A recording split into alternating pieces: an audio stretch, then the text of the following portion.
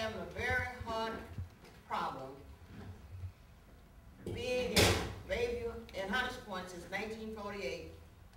When things get started in this community, money's run out. Nothing ever get finished. Now, what I do not understand is that we got the three most powerful women from this area in Washington, D.C. And they know that this is a Superfund site. You don't have no other community that's living within 3 miles of a Superfund site. We're not even a half a mile, a quarter of a mile at a Superfund site. Why isn't it possible for the Navy, because you the one, and I have made this statement to even the mayor of this city, everyone in this city, is to put a plan together with real figures to clean up that shipyard.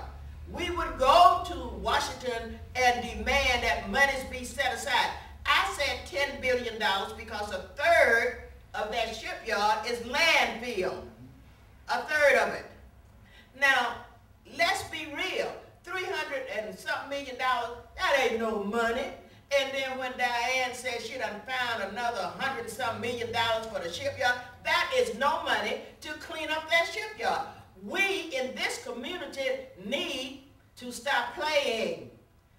It's nothing been but a game since I went to Monterey to request that a RAB board, and you were there, come to Bayview Hunters Point. We done had the RAB board over there at the Presidio. They done took care of business and gone. We still here talking, and nothing is being done to benefit the residents of this community.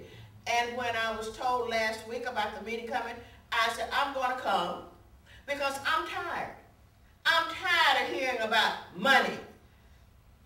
They were sending $10 billion a month to fight over there in Iraq. It ain't no big deal to ask for one time, $10 billion to be set aside to clean up the shipyard. A mess that they made. So I'm asking you, I'm pleading with you, let's work together and talk about cleaning up that shipyard and getting the real money to clean it up with. Because they're giving billions of dollars to big companies. They will give, when you talk about the economics, that what would happen in this community, the jobs and things, I'm quite sure our president would make this a first-class action to be taken here in San Francisco, because he do like some of us. Maybe not all of us, but I'm just saying I would be on the front line with you to go talk to my cousin, the new president of the United States of America. Okay. Thank you. Are there other questions? Mr. Smith. And I just want to point out that we're scheduled to end in 10 minutes. Okay. So, and I do want to thank everybody for keeping the conversation courteous and responsible.